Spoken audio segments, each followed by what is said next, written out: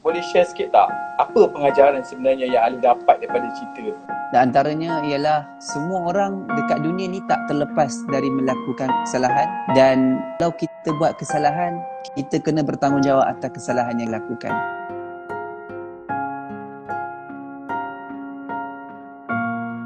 Dia mengenai anak angkat tu sendiri. Bila dia dapat tahu yang dia tu anak apa yang dia kena buat sebenarnya? Saya nak bagi tahu pada ni pun susah juga sebab kita pun tak pernah jadi anak angkat kan. So, tapi dalam keadaan bila dia dapat tahu dia tu anak angkat, kalau dia dah besar, dia memang wajib cari mak ayah ataupun bapa kandung dia. Wajib cari. Dia kena tahu siapa mak ayah kandung dia, bapa kandung dia, bukan bapa kandung dia lah, mak kandung dia. Dia kena tahu. Sebab apa? Takut berlakunya adik-beradik seibu.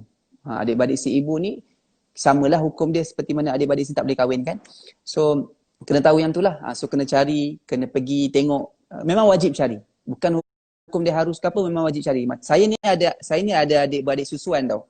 Saya ada adik-beradik susuan, masa saya dah besar, saya cari sendiri adik-beradik susuan saya sebab nak tahu. Takutkan tiba-tiba terkahwin pula dengan terkahwin pula dengan kakak susuan ke adik susuan ke, bahaya pula. So wajib tahu, makcik-makcik susuan kita tak tahu kan. Tak tahu. So kena takut bercinta. Kalau kahwin tu, kita masa nak kahwin tu mungkin kita dah macam, oh rupanya dia adik-beradik susuan, tak pergi. Tapi takut kita dah bercinta, dah sayang apa semua kan. Nak move on tu, itu yang pedih kan. So memang kena carilah.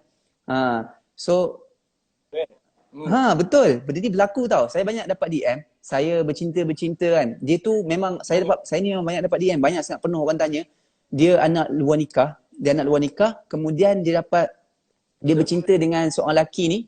Seorang lelaki ni rupanya bila dah bercinta, dah nak bertunang, dah merisik. Rupanya lelaki tu adalah bau merisik tau. Bau merisik. Rupanya lelaki tu seibu dengan dia. So tak boleh lah. So nak move on tu kau rasa bukan yang senang kan. Macam tu. Faham tak? Okay. So memang wajib dia carilah untuk anak-anak angkat di luar sana kan. Wajib cari siapa bapa kandung, siapa bapa kandung, siapa mak kandung. Sebab kadang-kadang ada juga yang dah kahwin tapi tinggalkan anak kat tepi jalan kan. Tak mampu nak jaga semua. So wajib cari. Okay Nick?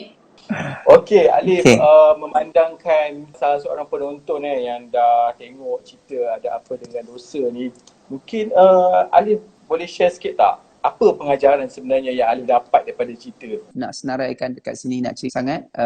Dan antaranya ialah semua orang dekat dunia ni tak terlepas dari melakukan kesalahan, dan kalau kita buat kesalahan, kita kena bertanggungjawab atas kesalahan yang dilakukan. Semua orang pernah melakukan dosa besar ataupun dosa kecil. Kita kena taubat, kita kena mengisafi kesalahan kita dan kita ambil tanggungjawab atas kesalahan yang kita lakukan.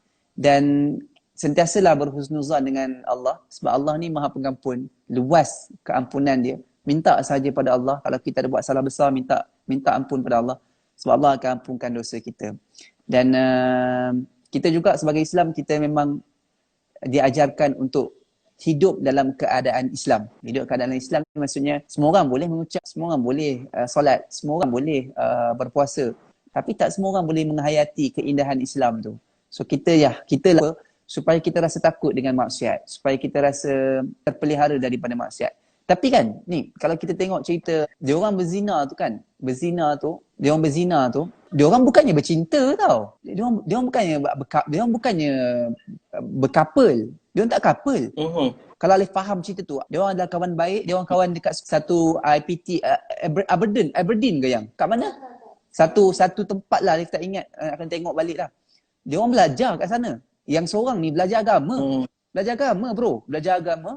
Yang seorang lagi tu, kita ingat belajar apa. Sebab tu nak cakap kat sini, tak semua orang yang belajar agama ni, dia faham agama. Tak semua orang yang belajar agama ni, dia boleh taat pada agama, taat pada perintah Allah, ikut sunnah Rasulullah. Tak semua macam tu. Kadang-kadang orang yang tak faham agama, dia lebih faham agama pada kita.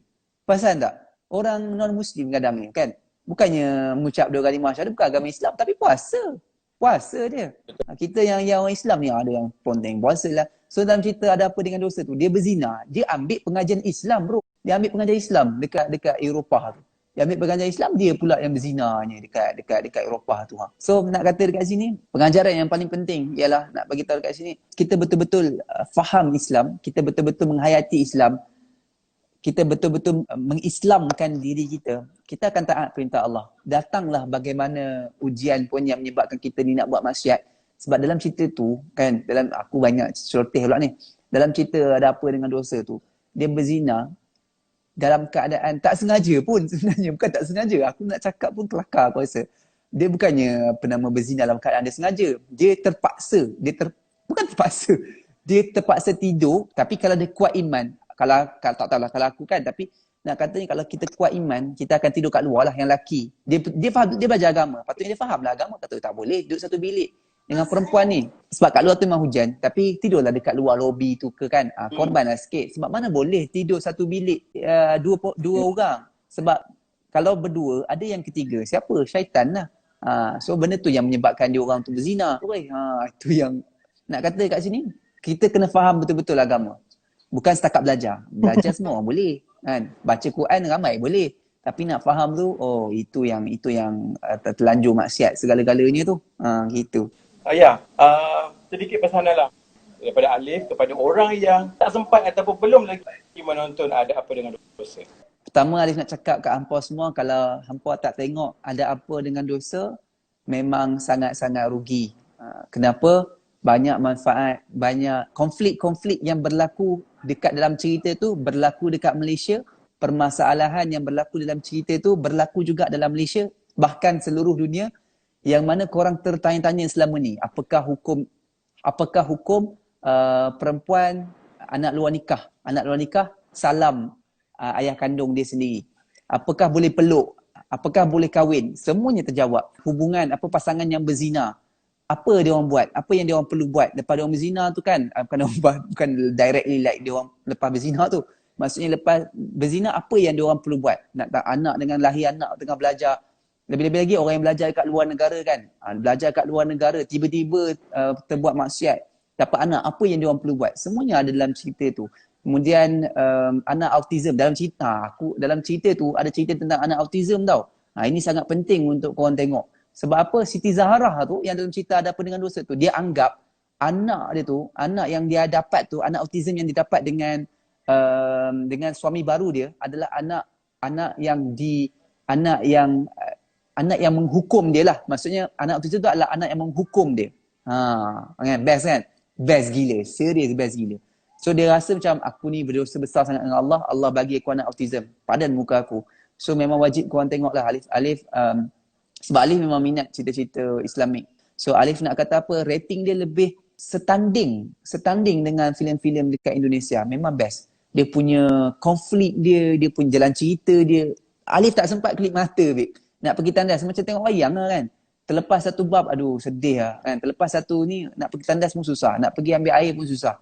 Sebab setiap cerita tu boleh kata kita tengok tu 1 jam 40 minit macam tu, semuanya ada input. Setiap bait kata semua ada input. Confirm. Korang tengok memang korang tak terkira dengan jari ni. Starting pun dah ada message. Starting dia beranak tu kan, dah ada message. Message ilmiah. Kemudian macam-macam lah korang kena tengok lah. Rugi lah kalau korang tengok. Tak tengok, memang rugi gila. Ada banyak lagi sebenarnya perkara yang kita nak tanya ataupun kita tak yang mungkin ada banyak topik-topik yang kita akan bincangkan lagi. Jadi sedikit kata-kata penutup lah daripada Alif kepada ada kata penutup lagi. Alif nak ucapkan terima kasih ni daripada hati Alif sendiri. Alif nak ucapkan terima kasih kepada Datuk Ayu Putih. Datuk Ayu Putih yang buat cerita yang sangat hebat, buat cerita yang penuh dengan mesej, buat cerita yang mana orang dekat Malaysia ataupun seluruh dunia perlu tahu. Banyak benda yang kita hanya dengar dekat ceramah je. Masuk telinga kanan, keluar telinga kiri. Tapi dengan filem ni menjadi satu hiburan dan menjadi satu hiburan yang bermanfaat untuk orang. So Alif nak ucapkan kepada semua tim produksi, pelakon yang berlakon dalam cerita Ada Apa Dengan Dosa ni, yang bersusah payah untuk menghasilkan satu filem yang sangat hebat, yang sangat mantap, banyak ilmu, banyak nasihat yang diberikan. Tahniah kepada anda semua. Dan Alif Nak ucapkan terima kasih juga kepada semua yang tonton live ni. Alif harap sangat korang pergi tengok cerita Ada Apa Dengan Dosa. Memang menarik, memang best, insyaAllah. Lain hari kita akan jumpa lagi. Alright. Okay, terima kasih banyak Alif pada malam ni. Sorry, kita ada banyak dugaan sebenarnya dengan waktu-waktu malam macam ni kan. So korang sekali lagi make sure langgan RM15 je untuk 2 hari filem Ada Apa Dengan Dosa yang memang tengah ditayangkan di Astro. Alright. Okay Alif, terima kasih banyak. InsyaAllah. Assalamualaikum.